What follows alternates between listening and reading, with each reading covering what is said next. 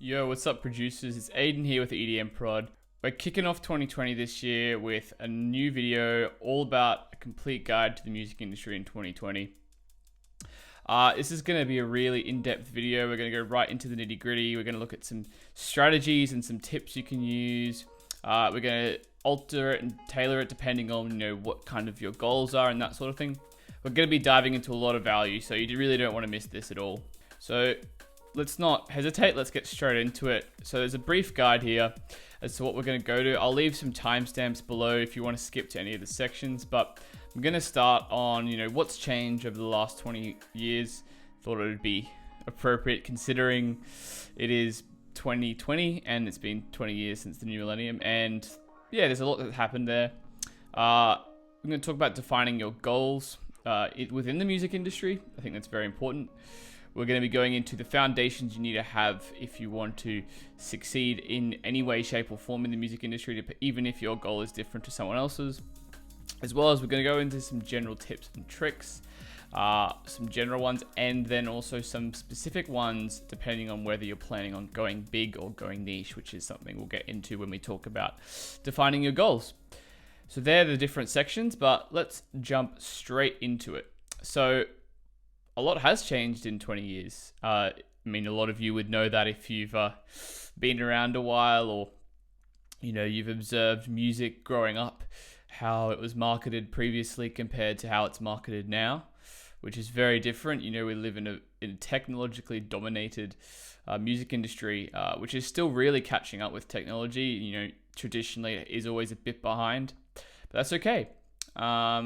We can still observe a lot that's changed. So a good statistic I found on the internet, just to give you a rough idea of where we're at, is that physical sales, so physical CDs, I'm mostly talking about here, are 5% of what they were in 2000. So I can't remember the specific statistic, but it was something I think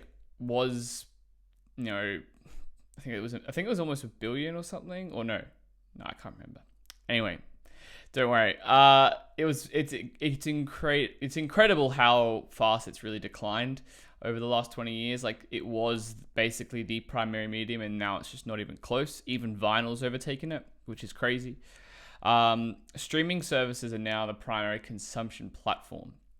So what does that mean? Spotify, Apple Music, YouTube Music, all these platforms, no one actually owns the music anymore besides the platforms. We just get access to all of it for free, and we are allowed to go in and listen to whatever we want.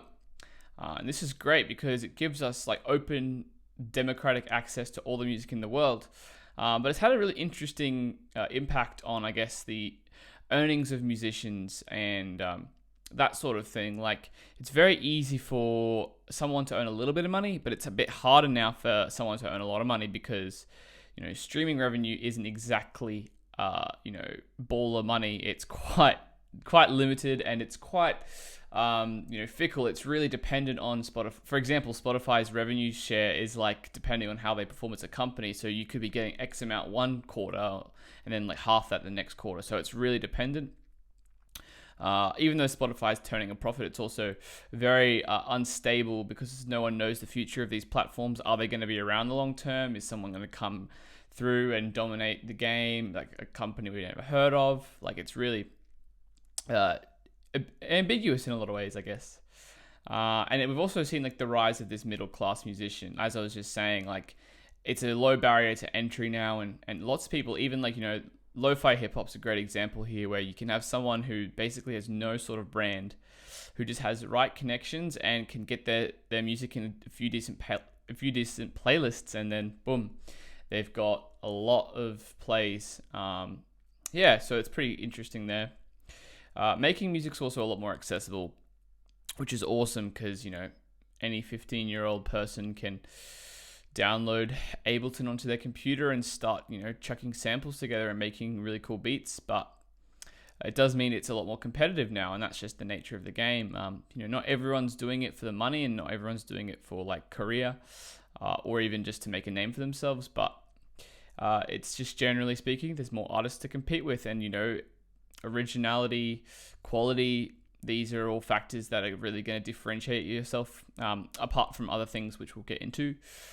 We'll get into this as well, but shows, ultimately, guys, shows is still a great way to make money. Like, they haven't really changed. Like, the production value of shows have gone up, obviously. You know, they're a lot more visually oriented now than they were even 20 years ago. I mean, like, the only kind of person that was doing like insane visual shows were people like Daft Punk and the like. So, you know, but now the overall quality of shows is much higher with technology, which is cool. But there's, beyond shows, there are other equally beneficial ways you can monetize your music, which we'll get into. And the role of labels has changed as well. Like, it's no longer necessary to have a label. They can still be helpful, but it's not a absolute necessity. And more power has been given to the artists over the last 20 years, which is awesome. Copyright laws have gotten stricter. It's harder to use uncleared samples. And, you know, technology's played a hand in that with things like the Spotify's I think it's SoundCloud's copyright detection algorithm partnered with the major labels. Speaking of SoundCloud, it's kind of come up with this big tool, especially in the electronic music, hip hop kind of world, and now it's just, you know, in decline. Like, it's not being as used as frequently, so that's been an interesting phenomenon. And of course, you know, genres have cycled through. Like, we had so many popular genres, especially in electronic music. You know, that's kind of risen over the last 20 years. I mean, early 2000, it was very rare to have a dance record be number one. It did happen a couple of times, I think, but very rarely. But now, pretty much all records have some element of dance or electronic to them, even if they are classified as pop music. It's still a big factor. So yeah, there's a lot that's changed. So we'll talk now about, you know, your career as a musician. And, you know, I was doing a lot of research for this video, and I wanted to talk about a few things. But one problem I came across is that a lot of music industry advice is very, very one-dimensional. And before we get into any of the tips and the tricks and the foundations, I wanted to say this from the forefront, that before you do all of that, you need to define your goals, which sounds like an obvious thing to say, but of course people don't do it, and therefore, you know, people will have success and then they won't actually get anywhere with it. So, because, like, for example, you could have millions of streams on Spotify, but no one knows who you are. What was your goal? Are you happy with that? You know, like, you need to define success for yourself, not based on what someone else tells you, not based on what, you know, the norm is. It needs to be based on what you want. So before we get into that, I'm going to go through a couple of like general strategies you can take to, you know, general outlines for different types of goals. And there's two main ones. And the reason I go through this is because not everyone wants to be DJ Snake, and not everyone really wants to be Martin Garrix or Paris Hilton. So there's two, they're actually economical principles. I learned these when I studied marketing in university, but I think they're really applicable to music, or applicable to anything really. But a common thing you get taught in like business school is like this concept called economies of scale here, right? So you might have heard of this. Basically, the idea is the bigger you lower the cost of the commodity with higher volume, right? And it means it's easier to sell more units of what you're trying to sell. And the way you do this in music is you focus on a bigger audience, because you can sell your music easier to a bigger audience if it's a specific kind of music. You do that by trying to appeal to a large amount of people. So typically more commercial genres like pop music and, you know, commercial EDM, that tends to work very well for that. And obviously focusing on that higher volume tends to have a larger potential for earnings. So that's generally the principle of like how you apply economies of scale to music is generally that pop kind of scene. But the alternative now, which has emerged due to, you know, things like the internet and, you know, ability to target a specific audience, is economies of scope, which is basically getting a similar result by having the inverse focus. So you don't focus on the mass market. You focus on a small amount of people, which they are willing to. They're like more like super fans. They're more really into your music. They're more likely to buy merch. They're more likely to do all these sort of things because you focus specifically on a small group of people and they really like what you do. Whereas, a lot of people know Katy Perry. Yeah, there's a group of people in there who will go to her shows, but the majority of people who listen to Katy Perry won't actually go to her shows. So that's just an example there. So we try and focus on a specific audience here. We try and appeal to a specific group that really appreciates what you're doing. So in music, say you're a trance DJ. Trance isn't a massive genre anymore. It hasn't been for a while, but there's obviously a really strong subsection of people who really appreciate the genre. So there's a way that you can monetize that audience if you're making the right decisions and if you're connecting with those people in a meaningful way. You can have a high potential of earnings with economies of scope. Generally, it's not as much as economies of scale. I mean, it's very rare you get people who are making the same amounts as pop stars from, like selling things to obscure things to people who appreciate it. But that's not to say you can't make a living off it. So there's just different goals here and different aims. So I've adopted these into music, and I like to call the two general strategies: you go big or you go niche. And I've got a couple of examples of each here. So, if you're going big, you could be focusing on commercial music, or, you could be going for the influencer type brand. So I think a really good example of someone, like a commercial music example is really easy. Just take any pop star like Ed Sheeran or like, Skrillex, someone who makes music that people really appreciate on a mass market, people identify with. But influencer type's a bit more different. You don't necessarily have to be making the most popular music, although it's kind of better if you make less obscure music. But a good example of someone like this is Peggy Go. Peggy Go makes kind of more 90s influenced house music. It's not really super commercial, although she does have vocals on it. But the way she really gains traction is more through her influencer like Instagram and, posting lifestyle photos of her touring. And she's also very into fashion, so she'll post a lot of fashion related things like that. And that's how she gains her audience. And that's, now she can sell $90 tickets here in Melbourne, like for a show, which is crazy for someone who's technically an underground artist. But she really took a different tack because she knew that it's going to be difficult to break through with just the music, because it is underground music and normally that's a pretty niche thing. So if you are going to go niche though with underground music, you really need to find those audiences and you really need to sell them something that I really appreciate. And we'll get into this a bit later, but basically music is no longer enough really especially if you're wanting to make money from it, which is, once again, if you're not really wanting to make money from it, that's a fine goal to have. It's just something you have to define yourself, but you have to target the right people and give them something they really appreciate. And it can obviously be involved in your music. It doesn't have to be completely separate, but it's something extra.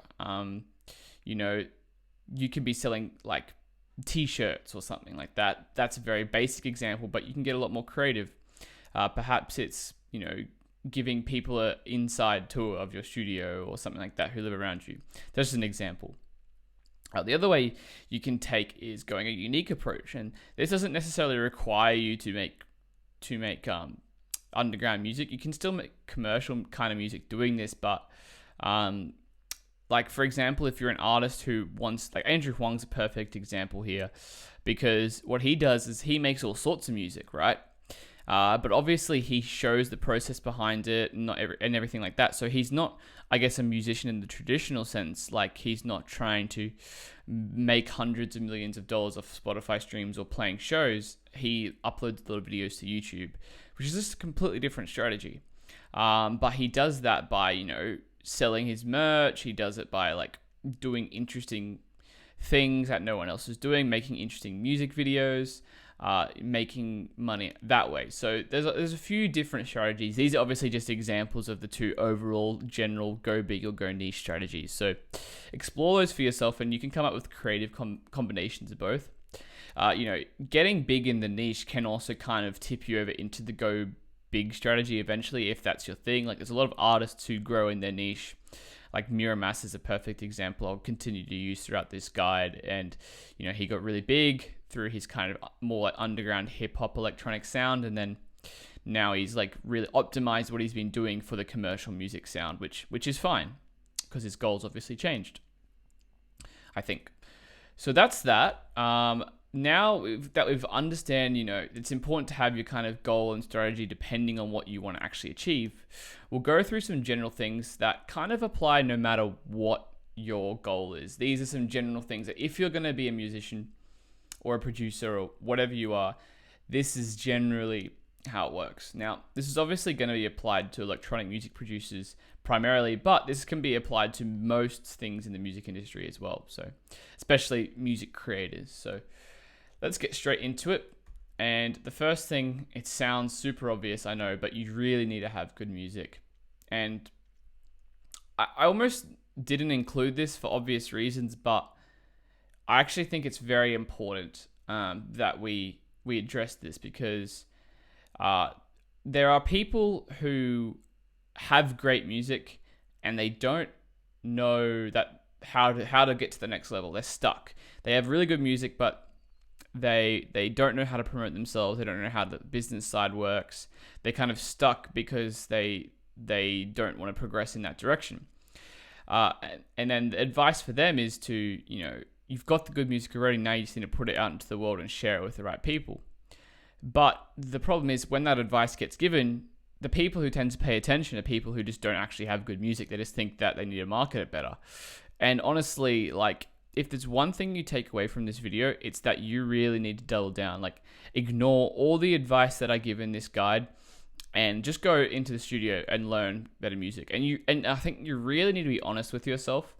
It's hard in the moment because a lot of the times, like when I received this advice, I thought my music was good, and then I realized it's actually not. But that wasn't until like a few, even 3 years later, where I was like, man, my music did actually really suck at the time. Like, I shouldn't have been focused on that. I should have been focused on making good music, and then I can focus on the career side of things. And I, you know, there's a lot of debate as to whether you should focus on creating good music and then promoting it early, or whether you should wait to promote it until your music's good enough. I've really toyed back and forth with my opinion on this, and I think overall, like, it doesn't really matter. But I think if you do make a lot of mistakes early on, it can be difficult to rebrand. It's possible, but I think, if you're going to do something like that, you might want to start a new project or something. And that's what I did very early on. So, yeah, I think it really needs to be a decision you make, but really, at the end of the day, you need good music. And the reason you need to have good music is because marketing starts with the music, and music is the product.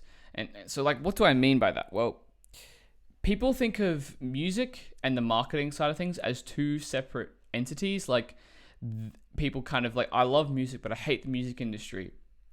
It's like, well, your music, if you're wanting to put it out into the world in any way, shape, or form, it's part of the music industry.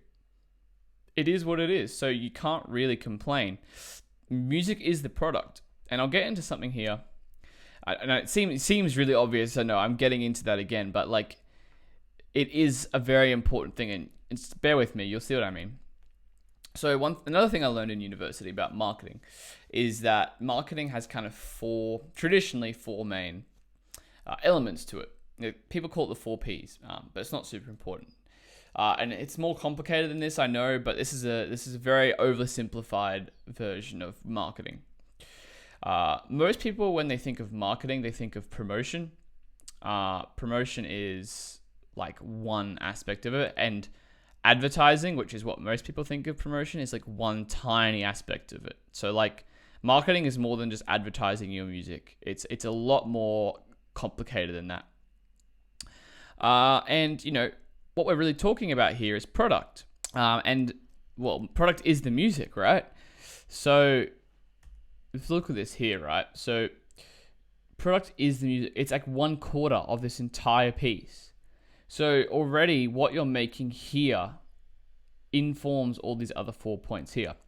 Now, in music specifically, place and price, which Price obviously is what people are willing to pay for music, and place is, where it's available. These are pretty fixed. Like in the music industry, it's very hard to really do anything different because of the way that music is consumed.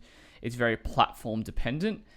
People don't care as much about your particular brand, although your brand is still important. We'll get into that. But basically, the price is free, or whatever people are willing to pay for, streaming services. Occasionally records in there, but that's extremely niche still. And then, it is growing, but it's niche. And then place is the other thing, which is, Spotify, Apple Music. That's where the music's available. No one's going to go to the store very often and buy your CD anymore. So it's important to note that that's just a fact of life. I've had friends who've tried to be cool and creative with their placement and stuff like that. Like places like Bandcamp work, don't get me wrong. I think I use Bandcamp personally and stuff like that. But people who are like, I'm going to put my music on my website and people will buy it there. They won't. You'll get like your mum buying it. So that just doesn't work. But promotion is like the only product, and promotion are really the two parts you need to consider. And that's really what it's all about in the music industry. That's why people talk about the music, and this is the business here of getting your music out into the world. So music is the product. So how do I use that to my advantage? Well, let's look at how music functions as a product, right? So in terms of what we can break it down into, I guess, three main categories: the composition, the audio, and the extra elements. So music isn't just, the thing you export out of your DAW. It's more than that. It means a lot more to people than what you just think it means. So first of all, and audio and composition here in the electronic realm is kind of tied together a lot.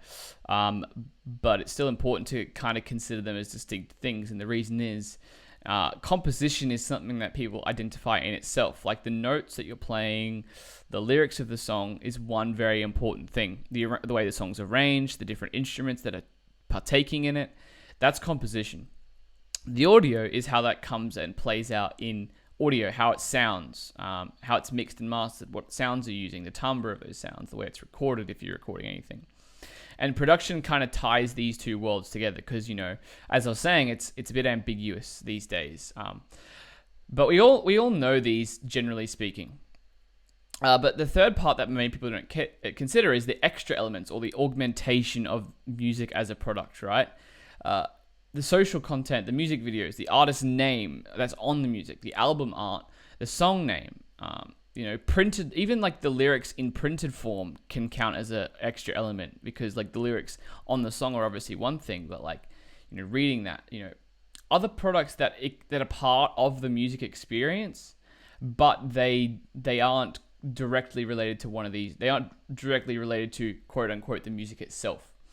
So this is very important to consider. It's important to consider how you can use these extra elements these days, because this in itself is not like required.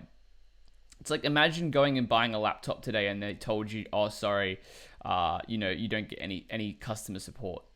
Like, you wouldn't buy the laptop. So people who, you want to hear your music, it's hard to sell them on the idea of listening to your music if you're not taking these other extra elements into account. So yeah, that's one very important thing. So things like artist name, album art, song art, they are important. They always have been important to a degree, but at the same time, they are quite arbitrary. Like, I think, distinct. You need to have a distinct name and stuff like that, which we'll get into a second. But what I'm really talking about these days is the idea of this social content and things that augment your music in creative ways so that people can consume it better. Music videos were traditionally kind of a way of this, but I feel like, they work to a degree, but I think it's more of a novelty rather than actually beneficial. And if you are going to do a music video, I think it really needs to be something out of the ordinary, something that people can really relate to. So the important thing here is to have good music. And with all of these strategies we just talked about here, or all of these elements of music rather, you need to make them unique, great, and memorable. And what this means is, first of all, unique. needs to be distinctive. It needs to stand out in some way. It doesn't have to be completely different. It just has to have some unique thing, and that's normally determined by your sound as an artist. Like what do you sound like? Who do you sound like? What are your influences? And how you combine them together in a way that no one's really done before. It has to also be just good music, like really good, like it's catchy, or whether it's just like a vibe. It just has to sound good, like objectively for your audience. So if you're making dubstep, like let's say you're making like OG UK dubstep, if you're not gonna have a sick bass line, like sub bass in that song, in that track, in that tune, it's not really going to resonate. It's not going to be good. The people are going to be like, where's the bass? That's what they're expecting. It's like in a pop song, if you don't have like a hook or a melody or a vocal that really catches the eye, or catches the ear rather, it's like, what are you doing? It's not great for that audience. It's not matching their expectations. So you need to balance uniqueness and greatness. It's like having some points of difference, but having some points of similarity. And then lastly, it needs to be memorable. You can have, and this kind of ties into the uniqueness, but you can have a good, and you can have a unique song, but if it's like sounds very much like someone else's idea of unique or something like that, then people aren't really going to remember it. I find that it's hard to tie these three together very well. It's a balance, as I said, between that uniqueness and that similarity. So if you get all these three right, honestly though, that's really what good music is, right? It's a combination of those three. And you can achieve this at those like actual music levels, or you can at these extra elements levels. Like if you're going to have social content surrounding your music, how can you make that part of it unique or at least memorable? Like what's going to make that push the needle there? So an example of good music that kind of, in my opinion, embodies all three of these principles is Lovesick by Muramasa. I did say I was going to mention him multiple times.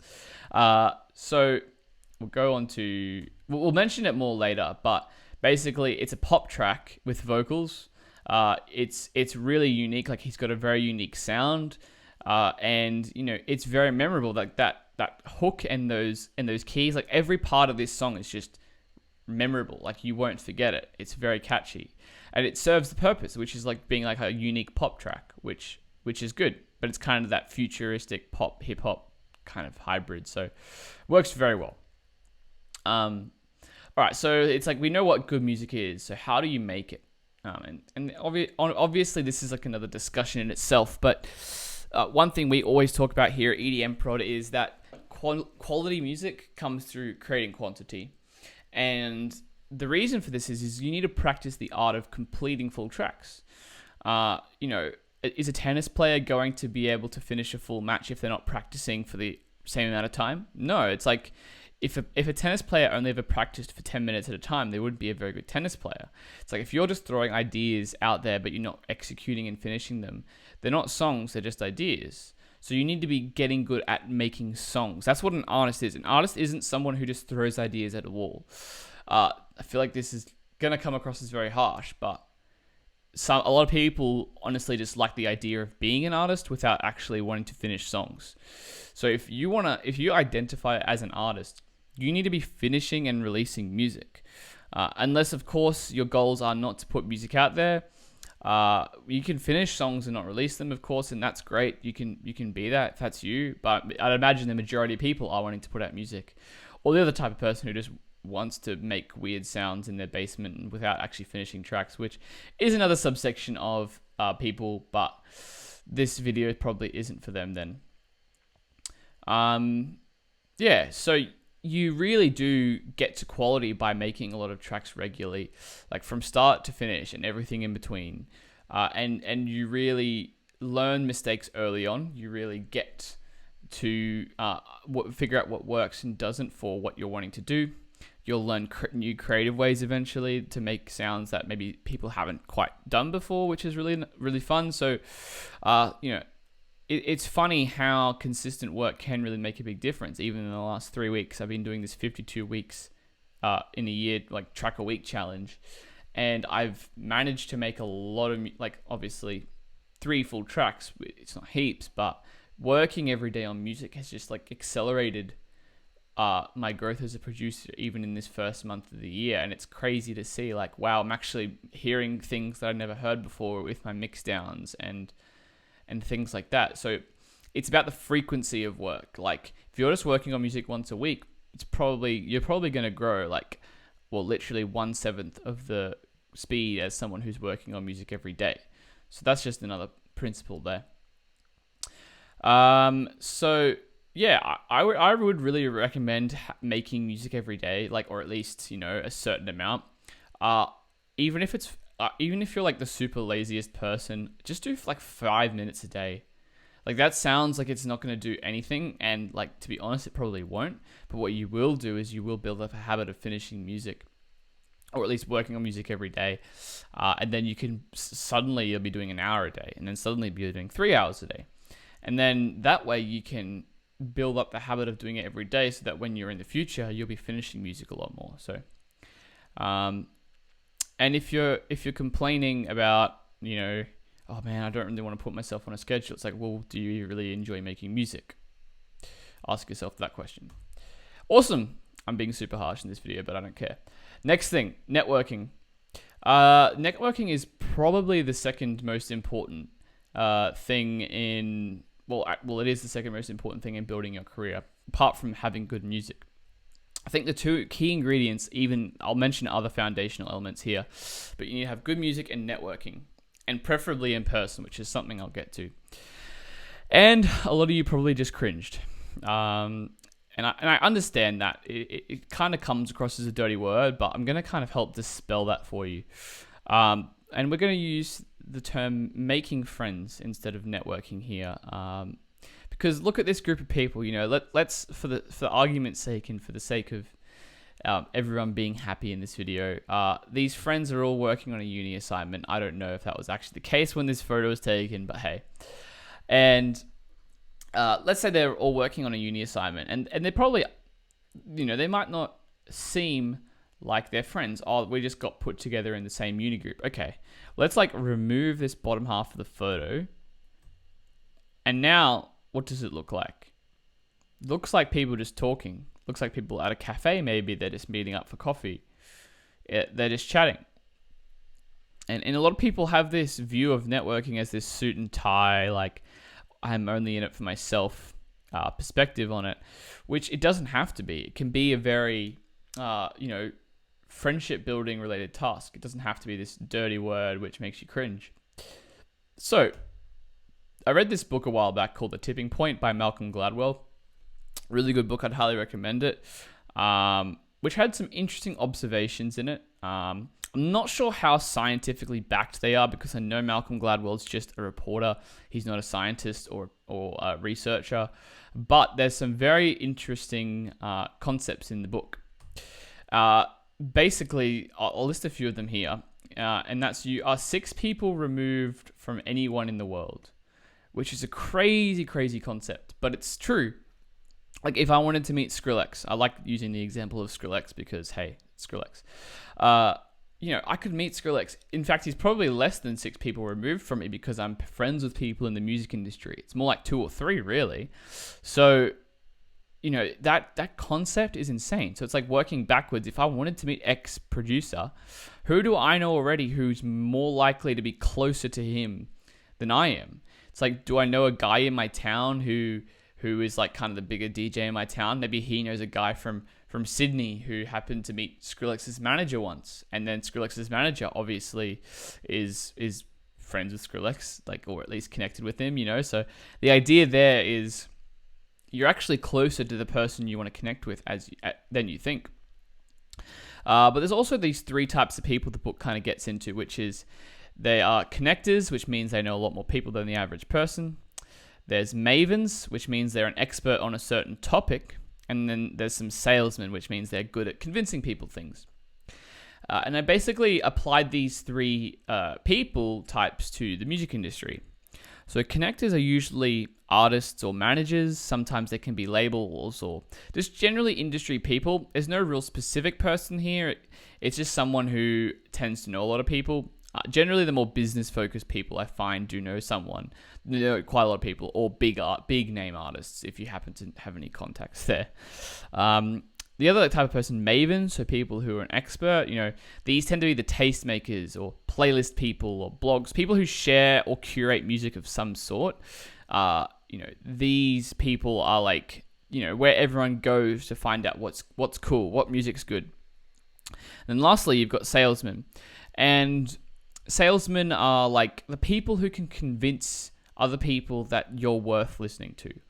So, a lot of producers aren't necessarily the best at talking themselves up, which is fine. I mean, it's good skill to have, but traditionally that's the role of someone like a booking agent. Like, what a booking agent's the one who convinces other venues to book you, and put you on the bill with other than big name artists. That's kind of the purpose there. Also fans, like certain fans that you have may convince a large other percentage of people that you're really good, and that they can spread you around, if that makes sense.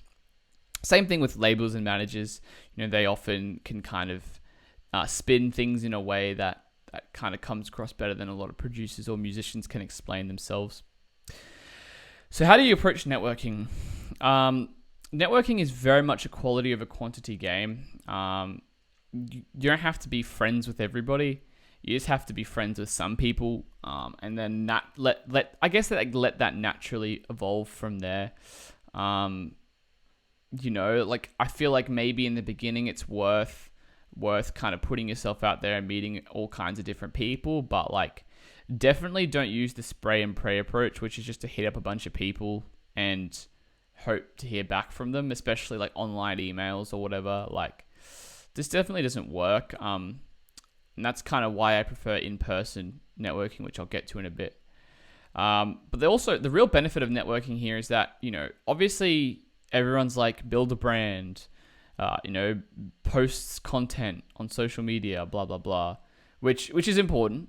But the real fast way to do that is to capture your audience through other people's. There are people out there whose jobs are to build audiences around music. Tastemakers are an example of this. YouTube channels that have hundreds of thousands of subscribers who are a fan of that style of music. If you want your music to, have more fans, tap into that. Leverage existing audiences to build your own. You don't have to do it from scratch and find these people like grains of sand. You can go to the gold mine, and you can find people have already done that. And they're not, fans aren't exclusive to someone's audience. So I'd really highly recommend capturing your audience through other people's. And people are accessible today.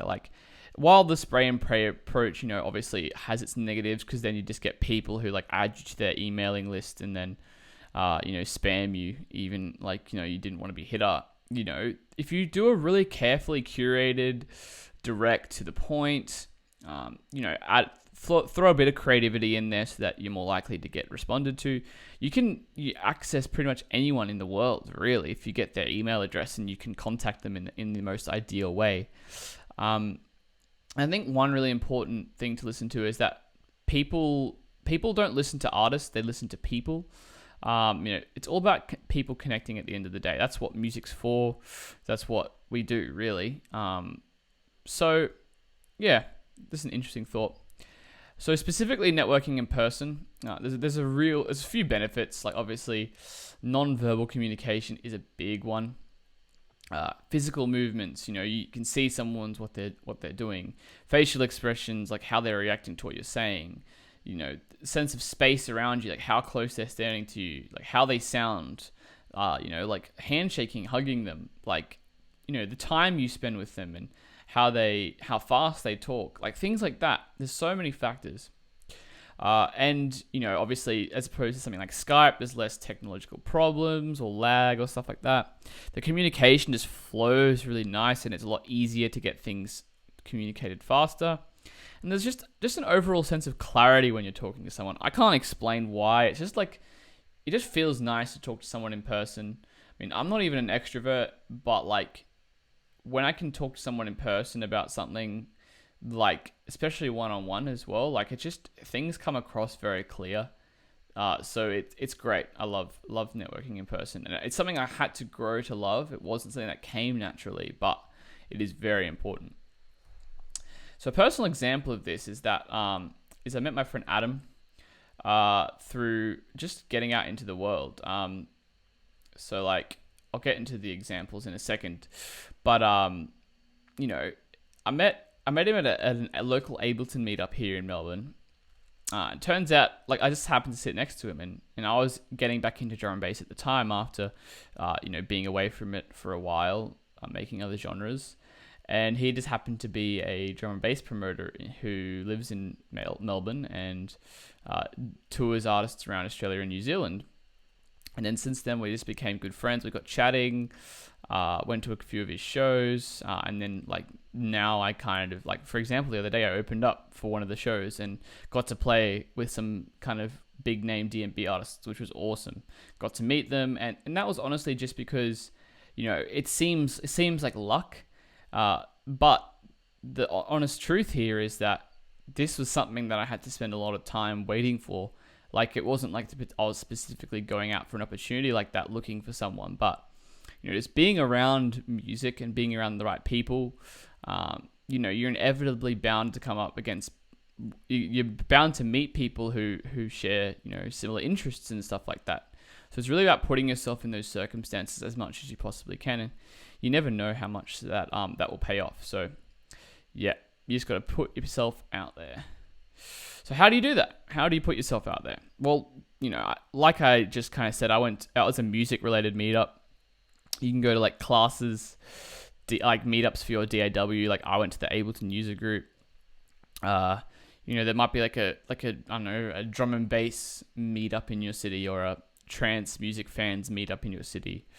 But I mean, primarily the way that people through music connect is like music events and clubs.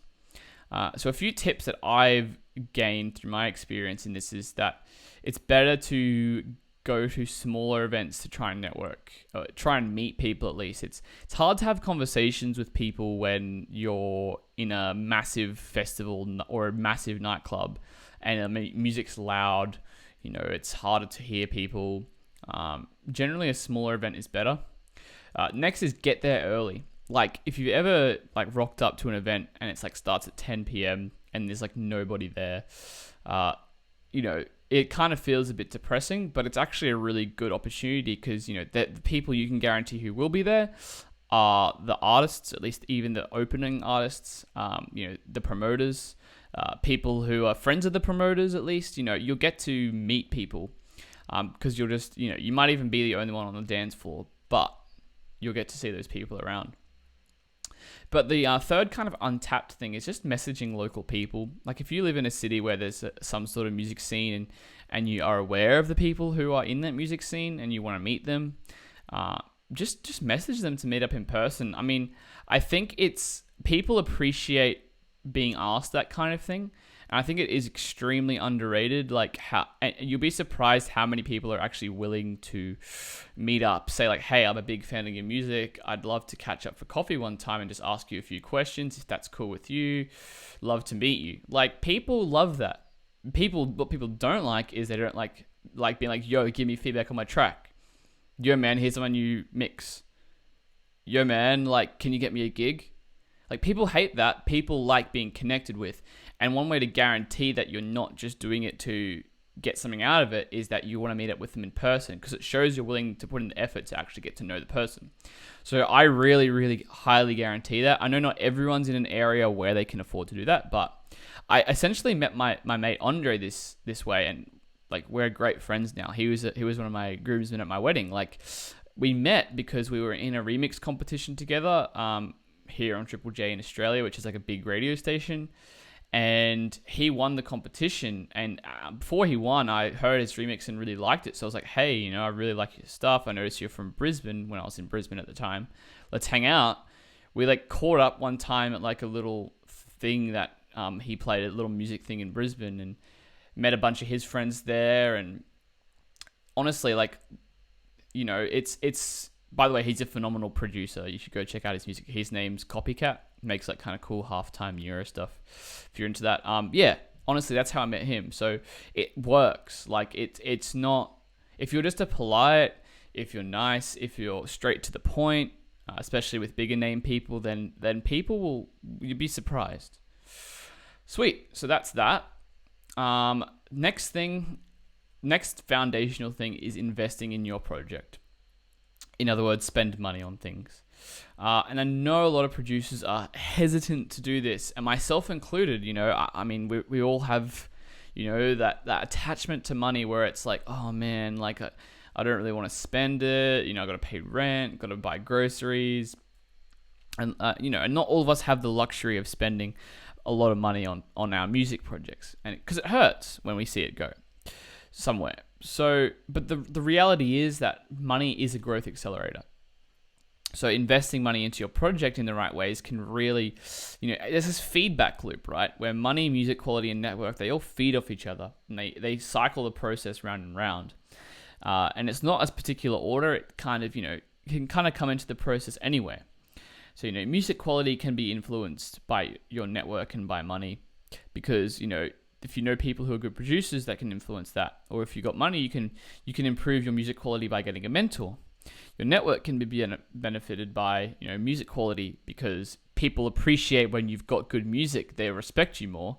And money works in a network because, there are certain opportunities that you can pay for when you know the right people, which you otherwise wouldn't have been able to. And lastly, money can influence music quality and your network because, for example, if you're willing to go to gigs and spend that money, or, going to like a class or something like that, taught by someone, you have that ability, you've spent that money, and you've been able to access that. Even like buying someone's t-shirt, be like, hey, I bought your t-shirt, I really like it, and they like, you message them, they'd be like, oh, sick, man, thanks for buying it. Works well, especially with smaller, like mid-tier artists, maybe. Obviously bigger artists, that's hard to do with, but yeah, they all influence each other, and it kind of accelerates things. So spending money on promotion and like that kind of thing to get your money into like the right network as well, like that's super important. And a lot of people aren't willing to do that because they're afraid that it's just going to be a waste. But honestly, it's very worth it. So how do you do it? How do you spend it right and not wrong? Well, first of all, like there's a few, I guess 3 main areas here. I have left out the gear side of things because I feel like that's a rabbit hole, and I feel like it's actually probably more beneficial for your career to invest into the promotion, PR side of things rather than buying the latest plugins. But that's a rabbit hole, so I won't go into that. So when you're promoting your music, don't do the whole scammy pay for play promotion, like buying 10,000 plays on SoundCloud. It just doesn't work. It never has worked. It never will work. But the way to do it is to use native advertising in platform. So for example, SoundCloud now has a platform called Promote for SoundCloud, or Promote on SoundCloud, where you can actually pay for your track to appear in certain feeds and stuff like that, so it gets more listens. You can use things like Facebook ads, for example. That there's ways that if you're willing to spend money, you can actually tap into audiences very effectively. So highly recommend researching into that. The other a really good untapped way is to use PR. Paid PR is essentially like paying someone to share your music with their network, which comes back into that, this feeding back into the loop and etc. Like PR basically is quite expensive depending on who you're doing it with, but you can get your music in front of people like guaranteed, because people trust people. They don't trust people they don't know. So if your music comes through the right ear. And it's always, I guess, more beneficial when your music comes through the right person rather than you just promoting your own music. It accelerates your opportunities there. So there's like a lot of people will do PR. So, if you know a blog owner, a lot of blog owners do PR. It's just about emailing them and seeing if they offer the services. Some people are public about it, some people aren't. So that's just worth considering. Submissions. So using a platform like Submit Hub where lots of, tastemaker channels are listed. If you're using like premium credits on those kind of platforms, which are paid credits, it guarantees that people are actually going to listen to that song or listen to your submission rather than just skipping over it because they don't feel like it. It just, once again, it's just increasing your chances of something actually happening. Yeah, so it's definitely like in whatever way that's you can do that, it's worth investing in. Last major foundational thing before we get into the more tips and tricks side of things is that there's shows.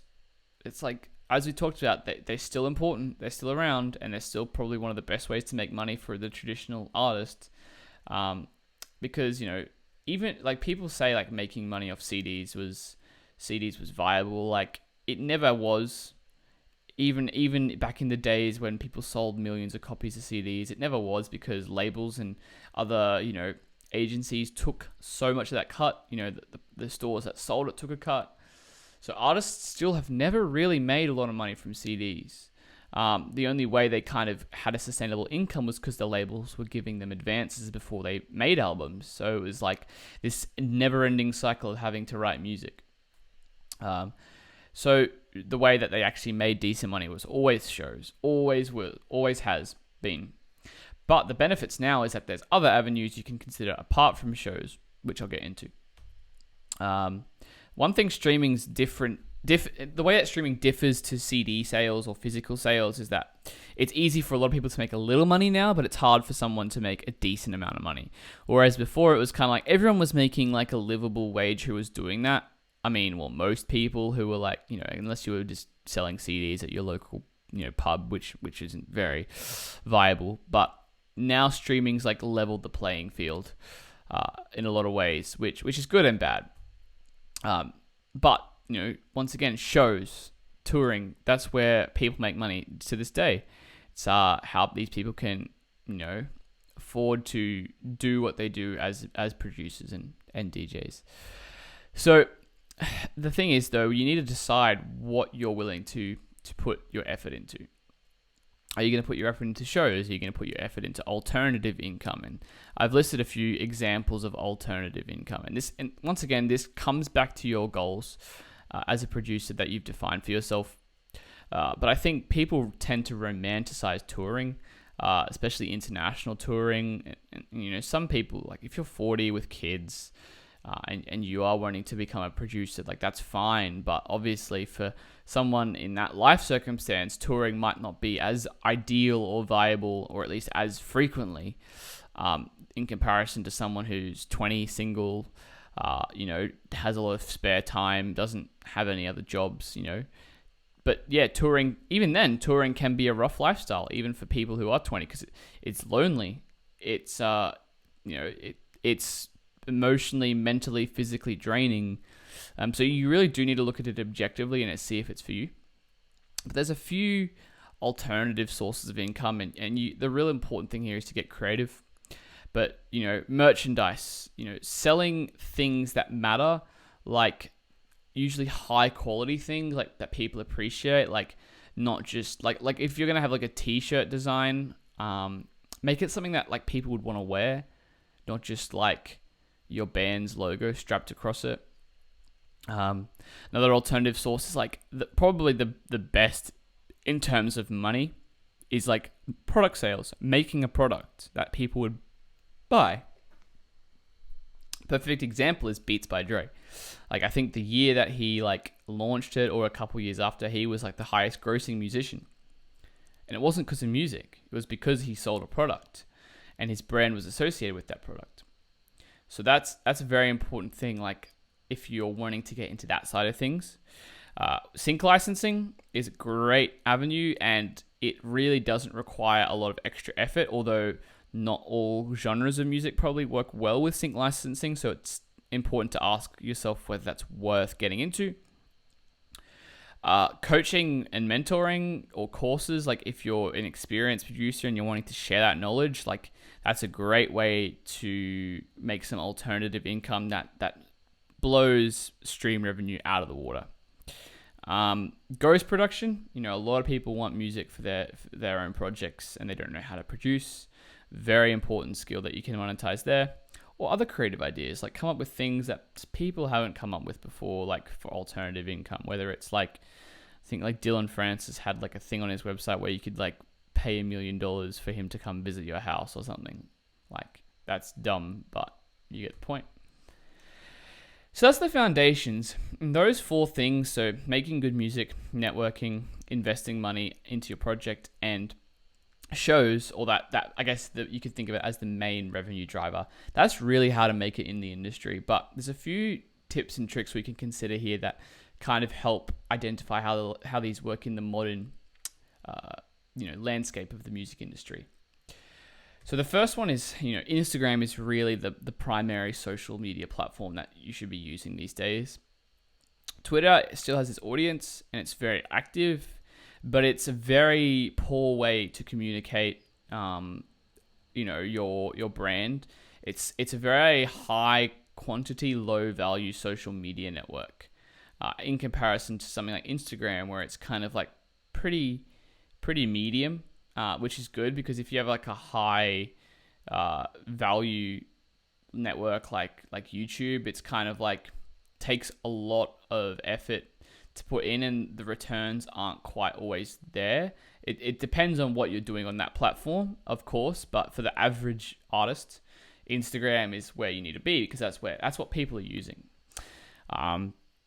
So the reason I like Instagram as well is because music's ingrained into the platform now through the Instagram music thing. So you can share it on your stories.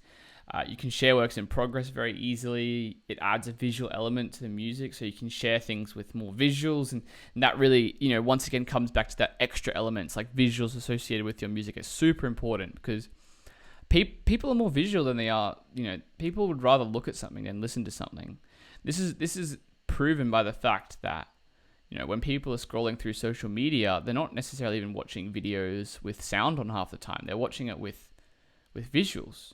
Obviously, visuals can entice people to listen to stuff, but it starts with the visuals. That's the important thing.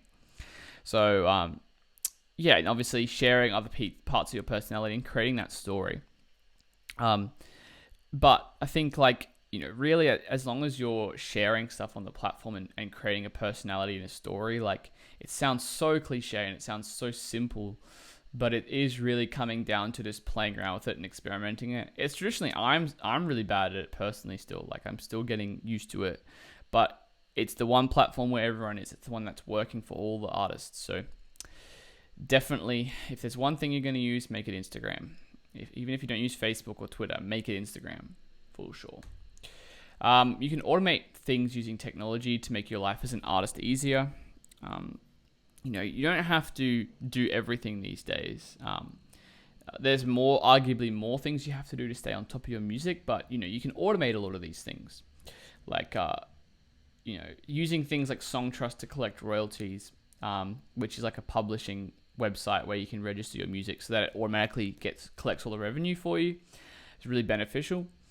Means you don't have to go chasing up people for money. Distributing your own music through self-releases just puts it everywhere at once. Means you don't have to worry about putting it on the latest store. Even SoundCloud now does distribution to Spotify and Apple Music, so you can very easily just do it all in one platform, and that's something I've been experimenting with a lot lately. You can use tools like Buffer or social media tools to post to all the platforms at once. I would be careful with this because it is easy to dilute your message and your brand as an artist. If you kind of just sharing the same thing on Twitter as you are on Instagram, it's just it doesn't really fit the platform. So it's still, if you are doing things like this, it needs to fit multiple platforms, and it's often worth tailoring different posts to different platforms if you're using a tool like that. Because what works well on Twitter doesn't work well on Instagram, which doesn't work well on Facebook. So important to consider. I'm not really a big fan of these personally, but there are also black hat techniques. So if you're going to use things like there's auto followers and auto responders and auto likes to kind of, automate engagement with other people, which, really can boost your, name because people are seeing your name more frequently. So there's ways you can automate those sort of things, which, we're not going to get into the ethics of what's good or not, but if you want to use it, then go for it. And Facebook pages, lastly, it's just not super important. Average organic reach has gone down over time. We all know this. It's been happening for the last 5 years. even for boosted posts and stuff like that. It's just that it does not get much engagement for artists and creatives specifically. It's just pretty low. It's still important to have, and like if you don't have a page, create one. But to capture people who are on that platform. But definitely be putting your effort into Instagram. It's actually probably more ideal to, if you're going to use Facebook as a tool for networking and developing your artist project, it's actually better to use your personal profile, because you can connect with people on your personal profile who actually care, because they'll actually see your posts. So very important. So now we're going to kind of focus on some more specific tips and tricks depending on your strategy. And I think this is where it comes back to, it's not going to look the same for everyone. Even the general things we've discussed are going to be tailored depending on whether your goals are money, or whether your goals are just having good music out in the world and connecting with people, or having a good niche following, or just being, even if you just want to be another trance artist, that's a fine goal to have. Like, it's about tailoring these things specifically to what you want. So if you're wanting to go for that more commercial success, lots of fans, these are a few tips from observations and stuff like that have worked for people. So just analyzing music on Spotify, like, it's pretty simple to do. Like, you can go on the music and just look at what's performing well. It's shortened now. Like, everything's short. Like, nothing's longer than 4 minutes. A lot of things are kind of around that 3-minute mark. It's everything more so these days, like especially in electronic music. Like, traditionally electronic music's had a longer structure, but now even electronic music is following that more pop structured, structure. And now, songs are being written to kind of work well and gain attention in that first 3 to 5 seconds, with the main elements coming in the first 30 seconds, so that people get a good idea of what your song's like. So, that's something that's really shaping the way music's being written. Obviously, using vocals or catchy elements are super important. People just respond well to vocals, especially in the mass market. Simple arrangements, like, doesn't mean it has to be boring or generic arrangement, but one thing I've had to learn is that cramming and stuffing things in to make it more complex and original doesn't work. Really simplifying things down to the distilling it to the bare elements really is what makes music work to win. Like, people want to be able to hear what they're listening to. They don't want to be able to have their attention split between all these elements going on. I think it's another key is combining influences that work. If you're going to be unique, it's about finding things that are unique, but things that you can imagine will work well in that context. Like, if you're going to write pop music, but it's going to have 15-minute long songs, or it's going to have a 5-minute intro, those kind of influences won't work. You need to adapt it to the context and figure out what people appreciate about that kind of music, but also what you can make unique. That will come across very well. And singles are still the most economically viable way to grow. Like, if I'm just coming at it purely from a cynical perspective, I mean, I love albums, but albums and LPs, they're just a waste of time, really. Especially if you're a small artist. Like, no one, if you're making an album, I mean, I made an album as a small artist, and it's just not really worth it, to be honest. So yeah, it's hard because albums are sick, but they just don't. You're worth putting your attention into a single, because a single will perform the same amount as an album. And if you're making an album, that's 12 singles that could have 12 times the results, even if you didn't release all of them, because not all of them would work in a single context. 6 of them, still 6 timesing the opportunities there. So singles are the best way to grow. An example, once again, I'll use the Lovesick example. The length of the track is 3 minutes and 12 seconds. Very short. In the first 3 seconds, there's this really weird spoken thing, which immediately grabs your attention and goes straight into this really cool beat, which is really swung, and it you're getting into it. And then the piano and the vocals come in straight after that at 14 seconds. So we're not even 30 seconds in yet. And we're hearing the main hook, which is perfect. It alternates between rap and sung vocals. Muramasa collaborated with ASAP Rocky and also used a vocal sample in the hook for this one. He combined these steel drums, this really loose futuristic hip hop beat, and electronic elements in there too, and it really created something that people hadn't quite heard of before. And of course, it was released as a single. It wasn't released as part of an album. So that's how you can tailor your music to win, especially on the Spotify platforms. You might not like it, but it's just how it is. That's just what works at the moment, especially on those platforms. And in terms of the music business side of things, we've talked about this already, but the music itself is only one factor. Like even something like Lovesick, like how did it grow? Like that was a good song, but how did it grow to the level at which it grew? It was like there was a music video, there was a lot of promotion surrounding it. Like it's, obviously he originally released the song and then decided like once it got big enough on its own right, he got ASAP Rocky on it, and that kind of blew it up even more. So he's like, either it's him or his manager saw the opportunity to like, all right, how can we take this song and like 10x its growth, get someone big on it, like re-release it as a new song. So that's extremely important if you're wanting to achieve that kind of goal.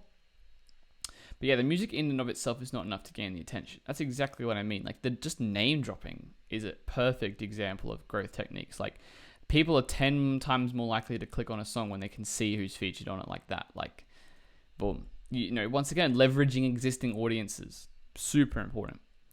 I think it's once again comes down to that quantity over quality in terms of like creating music to get better, but also you need to be releasing a quantity of music too, especially early on, because you need to be building credibility through like releasing a lot of music. And if people can see you've got lots of music out there, that's like, okay, you're X type of artist. So the excuse that you need a label to be signed is gone. You can just self-release it to kind of start building up the foundations of your brand. And the more frequently you're releasing and promoting your music to the right people, the more exponential growth there will be. And it's about jumping on and trying new opportunities, like Instagram stories. When it first came out a few years ago, that was a big thing that people were using to share like their more personal side of their brand. TikTok, I guess it's kind of like a new Vine in the sense that a lot of artists kind of blew up on Vine, and now TikTok's kind of happening. It's that younger demographic especially. So if you're targeting that younger demographic, super important. And just building that brand around yourself. Like, I hate it when people just say build a brand. Don't get me wrong. Like, what does that even mean? But your brand is just what you do. Like, it's just who you are, and it's what you're showing people. Like, that's it. It's things you're posting on Instagram. It's what it looks like. It's what it sounds like. It's what people think when they hear your artist name. Like, that's it. That's what a brand is. So the way you create a brand is just by putting things out there and then optimizing what those things are over time. Cool. So I've kind of talked about like how to, I guess, if you're wanting to make it as a big artist, how to do it. Now, I'll talk something a bit more closer to home, which is if you're wanting to kind of become more of a niche artist, which is something that I am aiming to do personally. I'm not interested in like making super commercial music. But I'm more interested, like right now I'm like making a lot of drum and bass, and I'm trying to make, get releases on drum and bass labels and things like that. So the real important thing is like defining and finding your audience. So if you are a deep house, like and junior deep type artist, obviously you can identify where those audiences are and who, like, type of people who care about that kind of music. The unfortunate reality, especially with niche music, is that your friends, like you're just your friends from school or your friends from work, they probably just don't care as much as you would like them to. Why? It's like, imagine if like, your best friend played tennis. I'm using a lot of tennis examples lately, but your best friend played tennis and they really wanted you to come to all their tennis matches, and they were like, yeah, come see me play. Like, you might come out once or twice, but like if you just don't really care about tennis, you're not going to be going to every one of your friends' tennis matches. Like, even if they're playing every weekend, it's like, and same thing if you're releasing a track every 3 weeks, like people, even your friends, they might listen or whatever, but they're not going to like be sharing it, and they're not going to be super into it. They might not understand the kind of music you're making, especially if it's niche. So you need to be finding the right people to share that with. Other artists, for example, in your niche. Smaller artists are a great way to start because they're probably in a very similar situation to you. They're trying to build up their brand. They're trying to find people who are like-minded.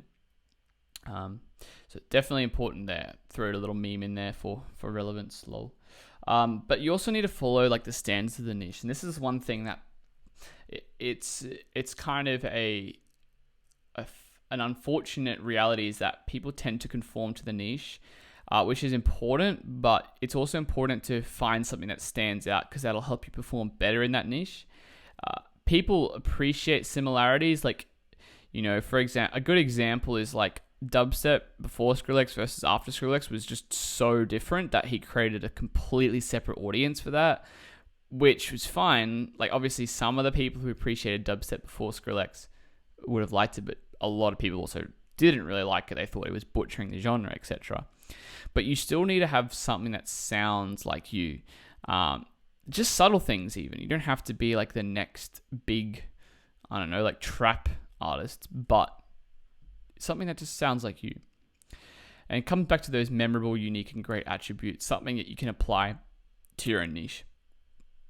And once again, singles are still the way to go for growth, but EPs also work very well in niches just because people tend to be picky in niches. So like an EP tends to deliver a variety of music, and I guess listenership is higher, if that's a word, in niche circles. So people are more likely to listen to a full EP. I mean, albums are still hard, like full LPs. They can work when you're a bit bigger, but yeah, it's just about finding your audience in that regard as well. Like, comes back to like, maybe you have to go even more niche than what you're thinking. So there's a few things there.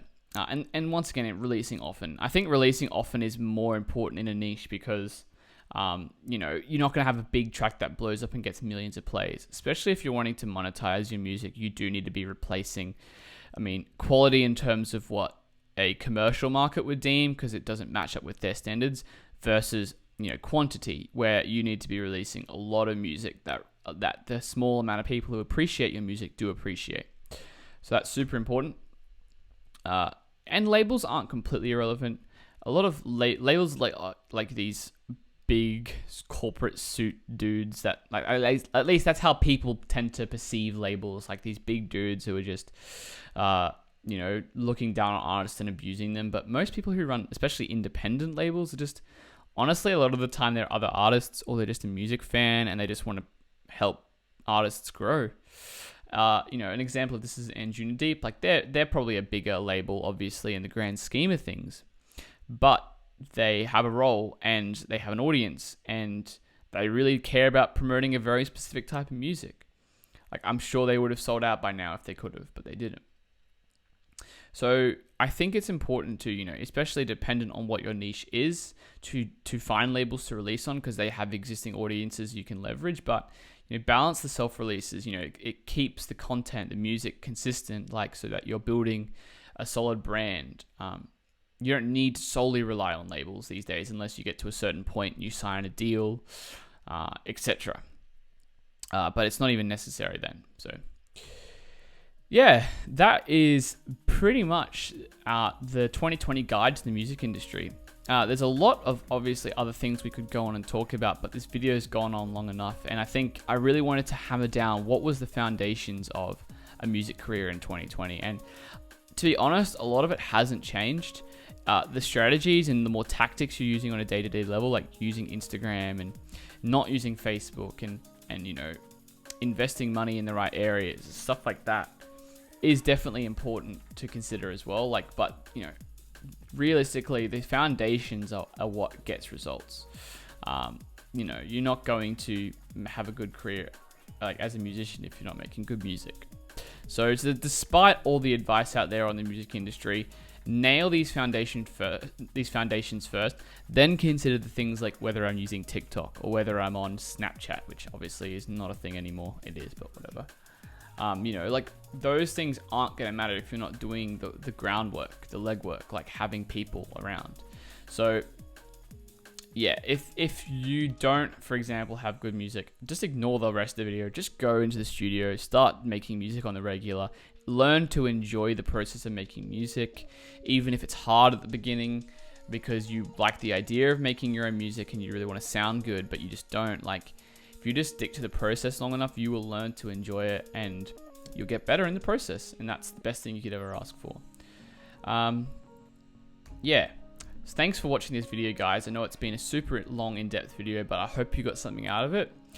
Let me know if there's something that you didn't quite understand or something else that you think is important in the music industry in 2020. So leave a comment down below. Like the video if you thought it was helpful, and make sure to subscribe for more videos and tutorials and other content from Sam, Connor, and I in future. And we'll see you guys in the next video. Peace.